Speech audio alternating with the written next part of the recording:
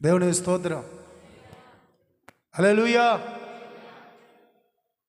ఏమండి, ఏం పట్టుకోవాలి ఇప్పుడు? జీవవాక్యాన్ని పట్టుకున్నావా? ఏ వాక్యాన్ని పట్టుకున్నావు? ఆయనేమో మీరు జీవవాక్యాన్ని చేత పట్టుకొని లోకములో జ్యోతుల వలె కనబడండి. ఆ జ్యోతులు అంటే లోకంలో జ్యోతులు ఉన్నాయా లేకపోతే ఆకాశంలో ఉన్నాయా? ఎక్కడున్నాయి జ్యోతులు? దానియేలు గ్రంథం 12వ అధ్యాయం 3వ వచనంలో అంటాడు, మీరు ఎందరూ అనేకులని దేవుని వైపు తిప్పుతారో వారందరూ జ్యోతుల వలె కనబడుతున్నారు. అంటే బుద్ధిహీనుడైతే, బుద్ధిమంతులైతే ఆకాశ మండలంలోని జ్యోతులను పోలిన వారైన ప్రకాశించెదరు.